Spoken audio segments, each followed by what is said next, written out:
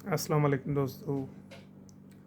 अॼु असीं हाज़िर आहियूं अदी नसरीन नाज़ जे किताब ॻाल्हि मां ॻाल्हि जो हिकिड़ो नंढिड़ो पैसेज अवां सभिनी सां शेयर कजे।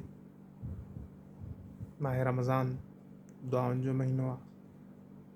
ख़ुदा खे रोई ॿाॾाई मञाइण जो महीनो आहे। सो उन जे हवाले खां हिकिड़ो नंढिड़ो पैसेज अवां सभिनी दोस्तनि सां शेयर कजे थो।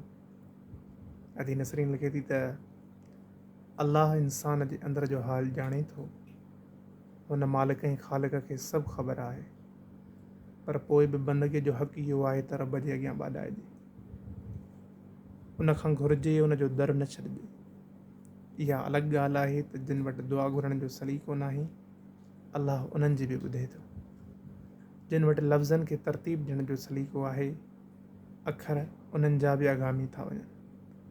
ख़ालिक ऐं मालिक तो रुॻो नियत थो ॾिसे ऐं सॼी अहमियत नियत जी ई आहे। हदीस आहे त अमलनि जो दारो मदार नियतनि ते आहे।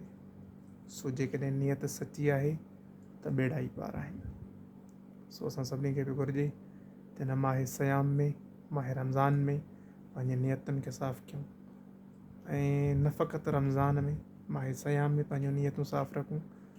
पर जेकॾहिं असांजूं नियतूं बद आहिनि त उन्हनि खे हिन माह रमज़ान जे बरक़तुनि मां फ़ाइदो वठंदे हमेशह जे लाइ पाक ऐं साफ़ु करे छॾियूं ऐं हिक ॿिए सां ख़ुलूस नियत सां पेश अचूं त जीअं हिन मुआशिरे खे हिकु आइडियल मुआशिरो बणाए सघिजे। इंशाअल्लाह वरी ॿिए कंहिं पैसेज सां गॾु हाज़िर थींदासीं। दुआउनि में यादि। साथ सलामत, सिंध सलामत।